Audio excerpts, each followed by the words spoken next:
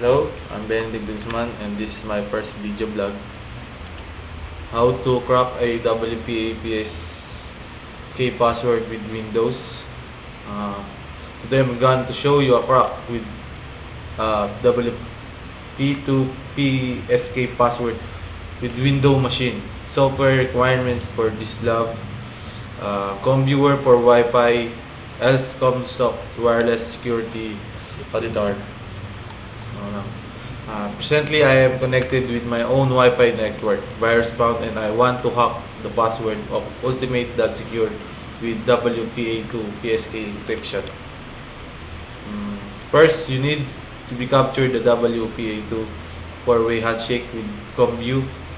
Open the ComView and click on the Start option, and then click on the Captured option to start captured.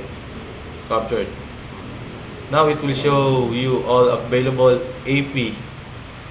Now click the tools. Select the node reassociation option. Node reassociations. Now select your AP, target AP.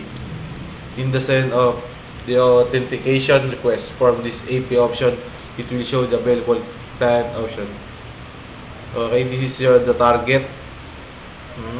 Now click the send now option to see the packet for four-way authentication for wait some till so it will capture the packet, and then send now. Now click on the save option and choose your file format, ComView capture files, and then your capture work's done.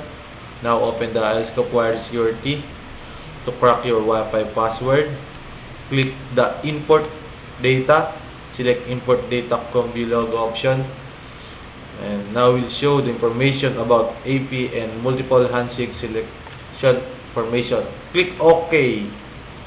Now click Start Attack option and select the dictionary attack. However, you have other attack options are also available.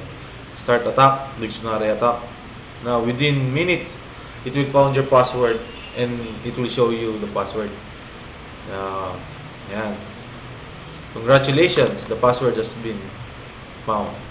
Enjoy hacking with Windows machine. That's all. Thank you.